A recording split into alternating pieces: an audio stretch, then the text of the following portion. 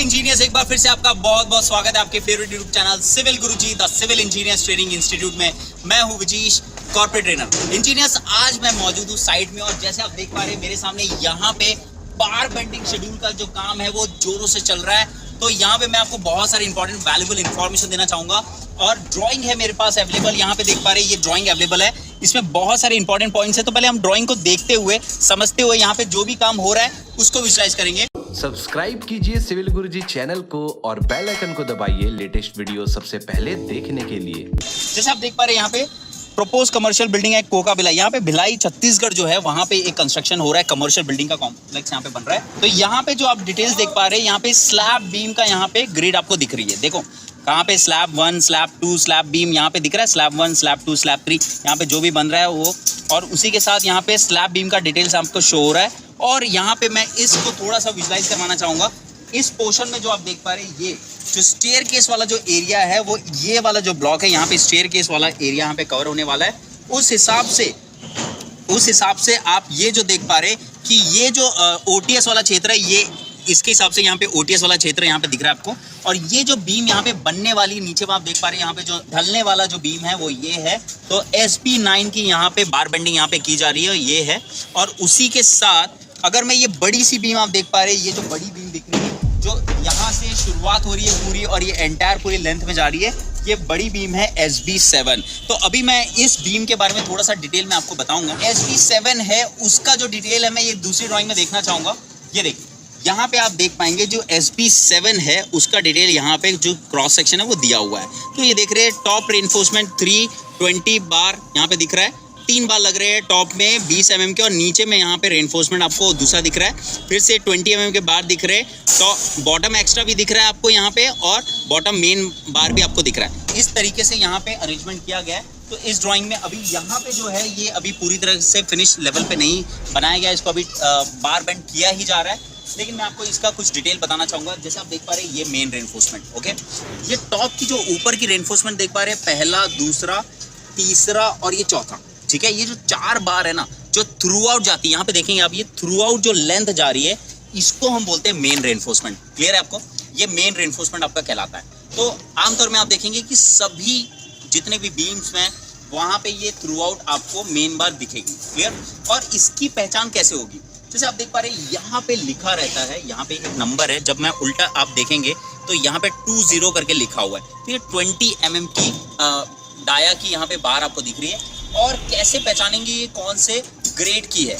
ये जो ग्रेड है इसमें स्टील यूज किया गया है वो ना ही FE 250 है ना ही 415 है, यहाँ पे 500 है, FE 500। ये कहाँ पे लिखा हुआ है FE 500? मैं आपको दिखाना चाहूँगा। आगे में कहीं पे आपको यहाँ पे देखना है, देखिए यहाँ पे दिख रहा है 500D। जब उल्टे से आप देखेंगे यहाँ पे D दिख रहा है और ये 500D है। तो आपकी जो पहचान है ना वो रेनफोर्समेंट की जो पहचान है वो यहाँ पे बहुत क्लियरली आप देख सकते हैं। और उसी के साथ बहुत ईजिली ढंग से आप पहचान भी सकते हैं। जैसे आप देख रहे हैं यहाँ पे, ये देखिए ये जो रिप्स पोर्शन है ये जो दिख रहा है आपको, ये रिप्स पोर्शन जो दिख रहा है, और ये जो यहाँ पे टॉप से अगर देखेंगे यहाँ पे ये जो लक्स पोर्शन दिख रहा हुआ है, रिप्स एंड लक्स आपको दिख रहा है, ये इसकी पहचान होती है कि ये HYSD 500 ग्रेड का स्टील है। क्लियर है? आमतौर में FE 250 जो MS स्टील है वो आप देखेंगे कि उसमें कोई रिप्स नहीं होता, कोई लक्स नहीं होता। तो यहाँ पे बहुत इजी तरीके से आप आइडेंटिफाई कर सकते हैं।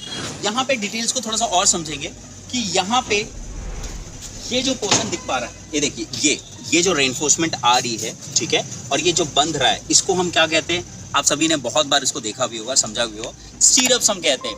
और इसका जो मेन सबसे इंपॉर्टेंट नाम अगर मैं बोलूँ इसका है शियर रेनफोर्समेंट। क्यों नाम इसको दिया गया शियर रेनफोर्समेंट? इसके पीछे बहुत इंपॉर्टेंट रीजन है कि ये बार शियर फेलियर्स को रेसिस्ट करती है, मतलब शियर से बचाती है, ठीक है। शियर फोर्स को रेसिस्ट करने के लिए इसको यूज किया जाता है। क्लियर है? और यहाँ पे आप देख पा रहे हैं इस तरीके से इसको बांधा गया है। तो यहाँ पे जो ये इस तरफ से निकला हुआ है, ये दो तरफ से 90 डिग्री में ऐसे बांधते हुए यहाँ से थोड़ा सा निकला हुआ है, इसे हम कहते हैं लेग। तो जैसे जनरली आप देखेंगे एक रिंग में आपको 2 लेग दिखेगा, ठीक है।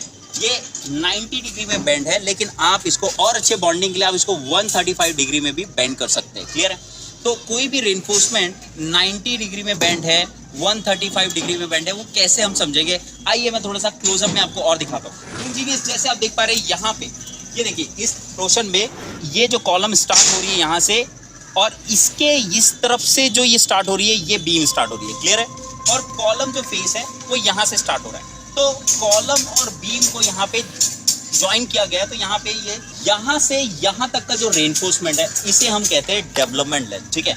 बेसिकली जो डेवलपमेंट लेंथ है वो दो स्ट्रक्चर मेंबर, दो अलग अलग स्ट्रक्चर मेंबर को यहाँ पे बॉन्डिंग के लिए दिया जा रहा है। तो इसका जो लेंथ होता है वो 50D के अप्रॉक्स यहाँ पे देना पड़ता है। वैसे इस ड्राइंग के हिसाब से 47D यहाँ पे लिया गया है। तो एज पर ड्राइंग आपको यहाँ पे कैलकुलेशन करना है।